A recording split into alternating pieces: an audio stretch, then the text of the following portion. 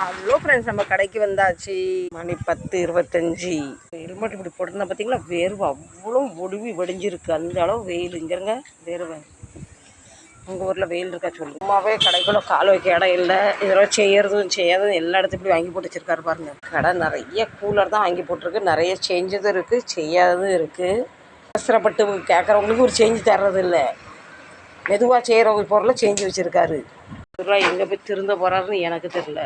ஒரு மாதமாக இருக்க அந்த பொம்பளை பாவம் தினம் வருது. இன்னைக்கு நாளும் காய்ச்சிக்கிட்டு இருக்காரு. ஏன்னா இந்த கூலர் ஓப்பன் பண்ணுறதும் கஷ்டம், ஃபிட்டிங் பண்ணுறது கஷ்டம். அதுக்கு மாச்சப்பட்டு ஓப்பன் பண்ணாமல் இருக்காரு. இப்போ நீங்களே சொல்லுங்க, நான் எங்கே பெருக்குவேன், எங்கே கால் வைக்க இடம் இல்லை. நீங்களாம் சொல்கிறீங்களா அண்ணன் பாவம்னு.